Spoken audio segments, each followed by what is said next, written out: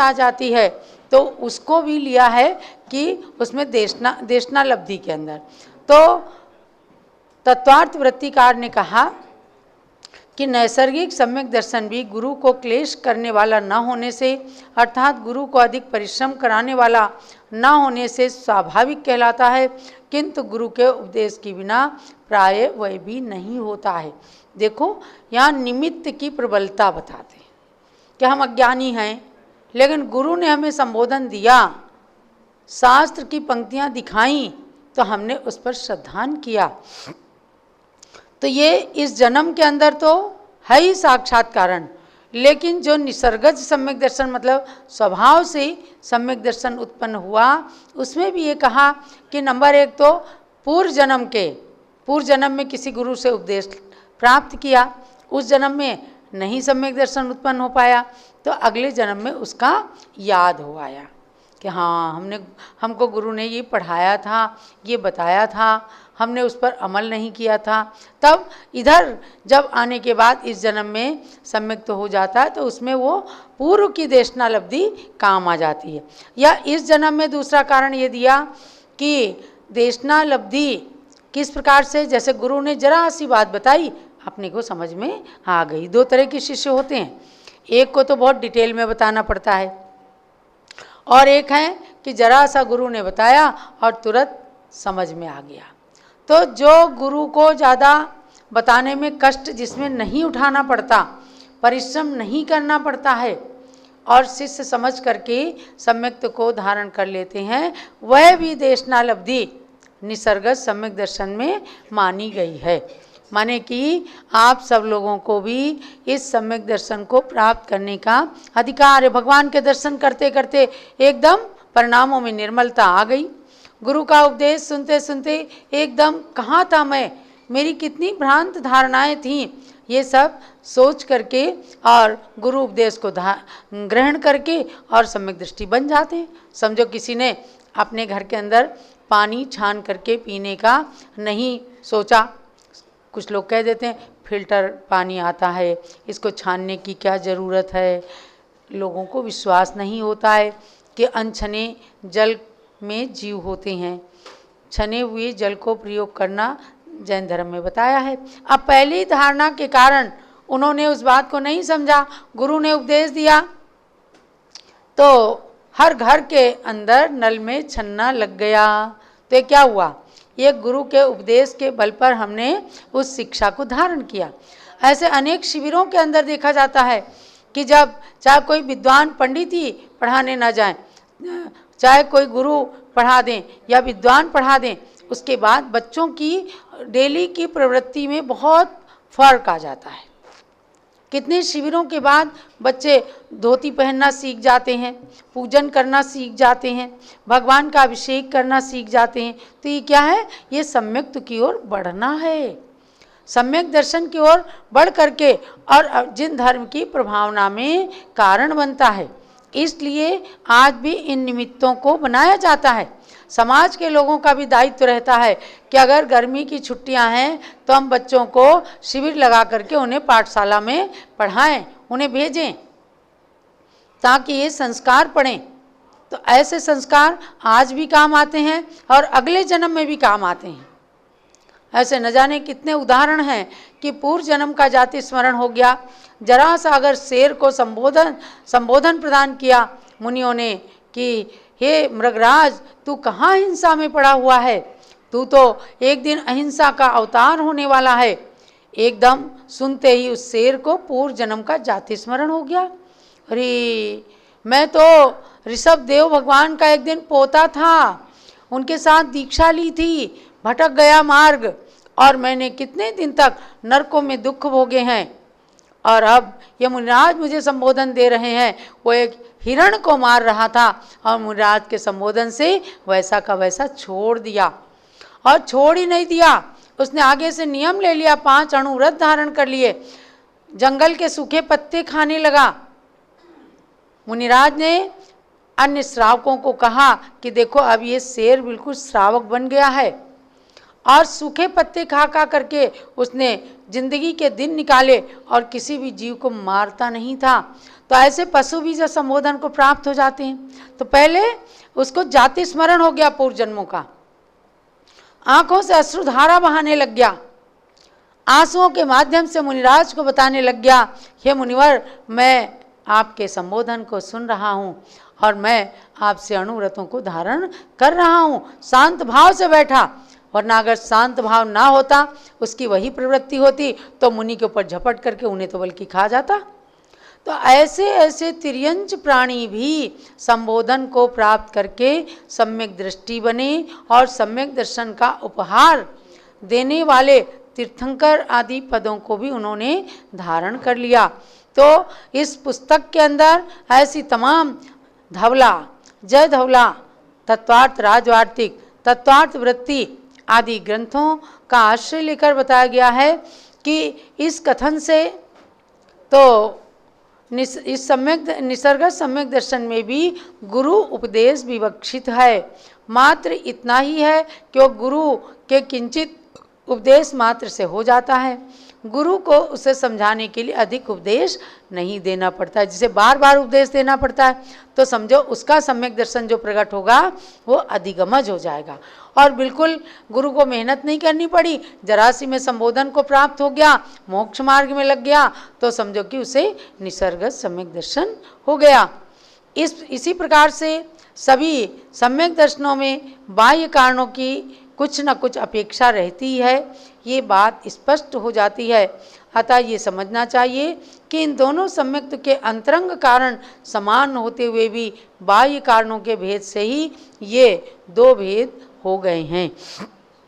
अंतरंग कारण तो सबके ही है कि दर्शन मोहनी का उपशम क्षय या क्षयोपशम होगा अंदर की फैक्ट्री में, जो हमें दिखेगा नहीं, और बाहर में हमें दिखेगा कि हमारे भाव पवित्र हुए हैं, हम देवसात गुरु पर श्रद्धान कर रहे हैं, या भगवान के दर्शन करते हुए या गुरु का उपदेश सुनते हुए हमें सम्यक दर्शन हुआ। तो ये सब बाह्य निमित्त हैं।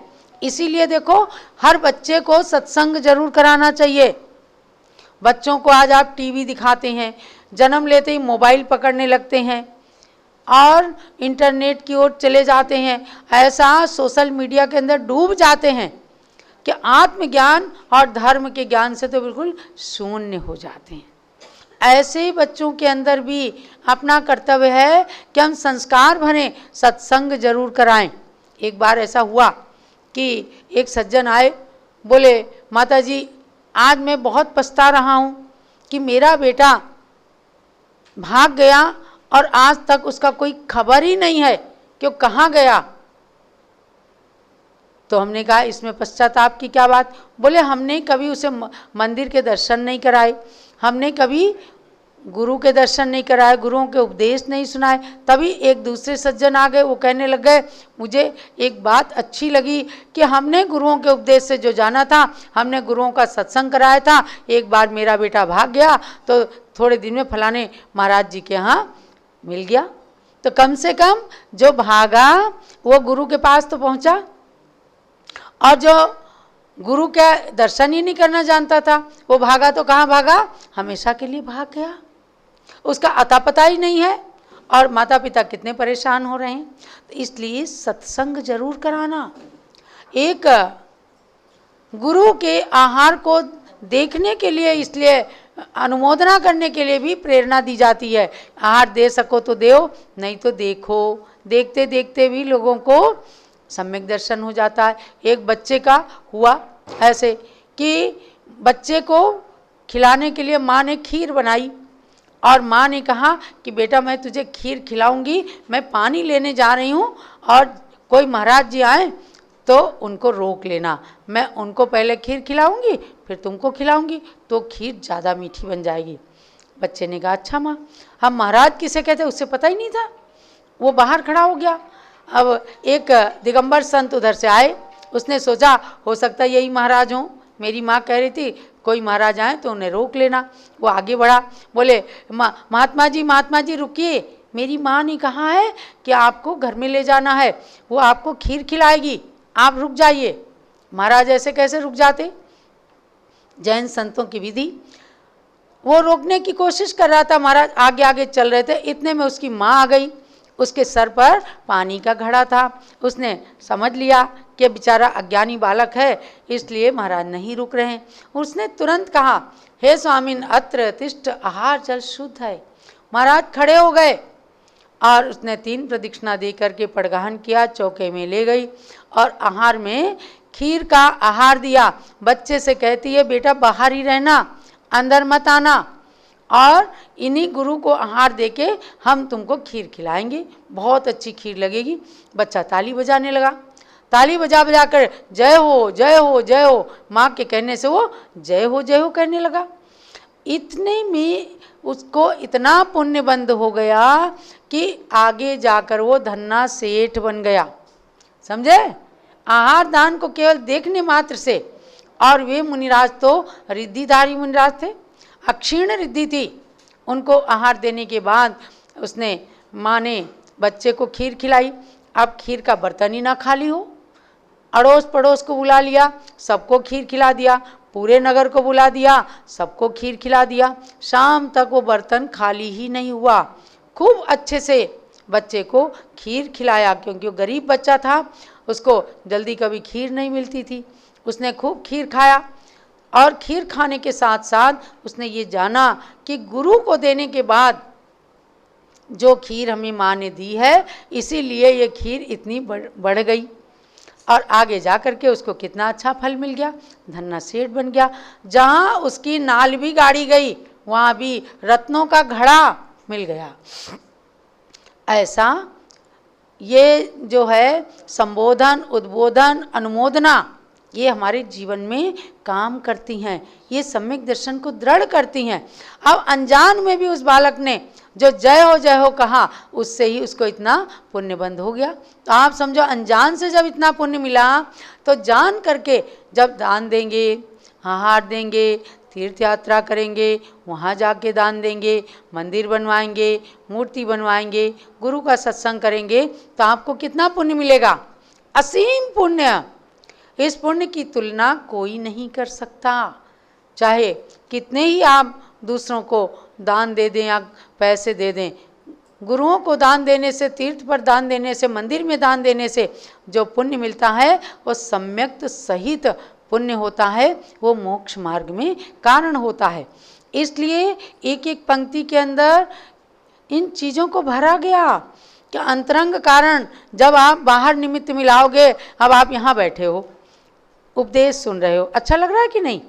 अच्छा तो लग रहा है। अब आपको ये अच्छा लगना ही ये बाह्य कारण है, और अंतरंग में इस अच्छे लगने से कर्मों का उपशम हो रहा है। जो खराब कर्म बनने चाहिए थे, अशुभ कर्म, वो शुभ में परिणत हो रहे हैं।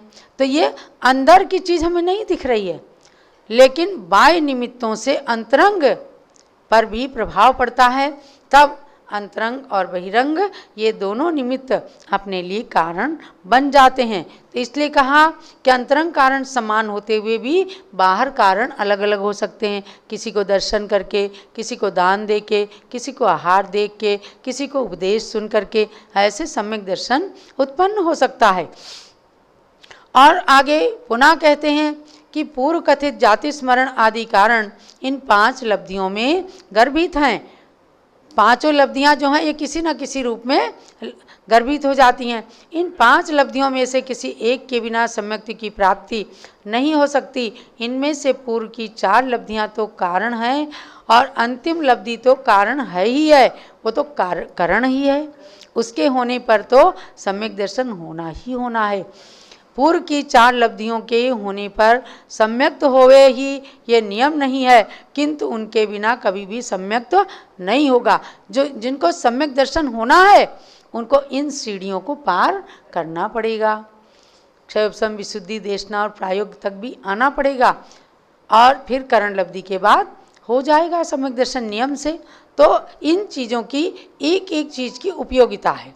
इस ग्रंथ को लिखने का कारण एक ही है कि जो लोग निमित्त को नहीं मानते, जो गुरुओं को महत्व नहीं देते, जो शास्त्र स्वाध्याय को महत्व नहीं देते, जो भगवान के दर्शन को महत्व नहीं देते, उनके लिए ये धौला आदि की पंक्तियाँ, लब्धि सार, तत्वार्थ राजवार्तिक आदि पंक्तियों को निकाल करके पूज्य माता जी ने यहाँ पर संजोया है, रखा है कि इन एक एक पंक्तियों को बिल्कुल कंठ के अंदर विराजमान कर लो, ताकि कभी भी दिग्भ्रमित ना होने पाओ।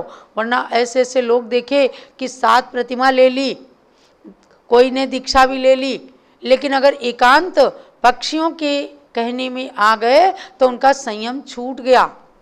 ऐसे सामने सामने देखा है, तो ऐसे भ्रमित मत होना, क्योंकि जो अधकचरे लोग होते हैं या जिन्हें दूसरे के उपकार की बिल्कुल इच्छा नहीं होती, वे दूसरों को मोक्ष मार्ग से दूर कर देते हैं।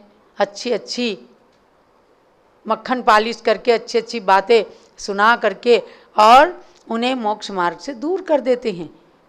और फिर जो लोग उससे च्युत हो जाते, वो कहते पंचम काल में तो सम्यक दर्शन होता ही नहीं, पंचम काल में तो सच्चे साधु होते ही नहीं। अरे नहीं होते हैं तो आज 1800 पिच्छीधारी कहाँ से आ गए? यह कुंद कुंद आचार्य की वाणी के अनुसार ही तो आए हैं कि पंचम काल के अंत तक संत होंगे, भावलिंगी संत होंगे और सच्चे साधु होंगे, जिनसे मोक्ष मार्ग की परंपरा चलती रहेगी। इसलिए दिग्भ्रमित होना नहीं। इस प्रवचन निर्देश का ग्रंथ के एक एक पंक्ति को पढ़ना, हृदयंगम करना और अपने सम्यक दर्शन को दृढ़ करना, यही आज के स्वाध्याय का सार समझना।